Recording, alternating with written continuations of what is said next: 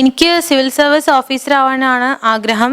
പിന്നെ ഞാൻ ഇവിടുന്ന് പഠിച്ച ഏറ്റവും വലിയൊരു കാര്യം എന്താണെന്ന് പറഞ്ഞാൽ ടൈം മാനേജ്മെൻറ്റ് എന്നതാണ്. എനിക്കിതിൻ്റെ മുന്നേ ടൈം മാനേജ്മെൻറ്റ് എങ്ങനെ യൂസ് ചെയ്യണം എന്നുള്ളതിനെ കുറിച്ച് ഒരു പിടിയില്ലായിരുന്നു.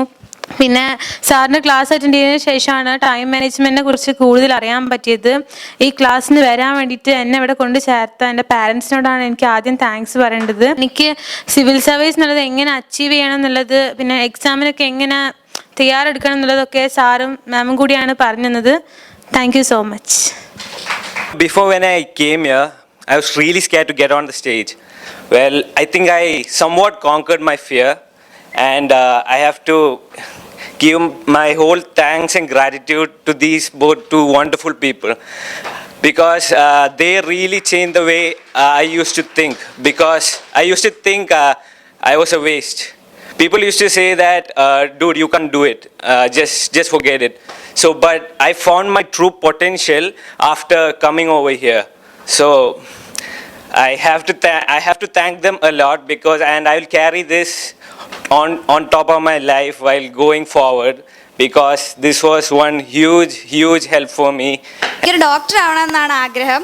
ഞാനും അമ്മയുടെ അച്ഛനോടും ഒക്കെ വഴക്കിട്ടിട്ടാണ് ഇങ്ങോട്ട് വന്നത്. പക്ഷേ വിജയൻ സാറിൻ്റെയും മേഡത്തിൻ്റെയും ക്ലാസ് വളരെ നന്നായിരുന്നു. ഇതെൻ്റെ ഫ്യൂച്ചറിലേക്ക് എനിക്ക് ഒരുപാട് ആവശ്യം വരുന്ന കാര്യങ്ങളാണ് അവർ പറഞ്ഞു തന്നത്. ഈ ക്ലാസ് കുറച്ചുകൂടെ ഉണ്ടായിരുന്നെങ്കിലെന്ന് എനിക്കിപ്പോൾ തോന്നുന്നു.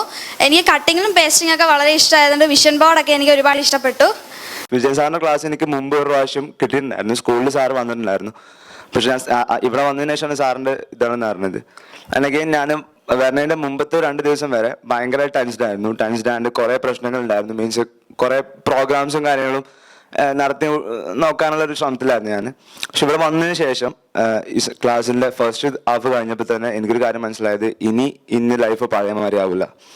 എനിക്ക് ഞാൻ ഷുവറാണ് അതിൽ. കാരണം ഐ ഹാവ് അത്ര കോൺഫിഡൻസ് എൻ്റെ കൂടെ ഉണ്ട്. ഇനി എപ്പോഴേലും ഞാൻ ഡൈവേർട്ടായി പോവുകയാണെങ്കിൽ എനിക്ക് റെഫർ ചെയ്യാൻ പറ്റിയ രീതിയിൽ തന്നെയുള്ള ഒരു മാനിഫെസ്റ്റോ എൻ്റെ കൂടെ എപ്പോഴും ഉണ്ട്. കുറേ കാര്യങ്ങൾ ഇവിടുന്ന് പഠിക്കാൻ പറ്റി. മെഡിറ്റേഷൻ ചെയ്യുന്നതും ഞാൻ ഇന്നലെ സ്റ്റാർട്ട് ചെയ്തു. ഇന്നലെ രാത്രി കിടക്കണേൻ്റെ മുന്നേ ചെയ്തു.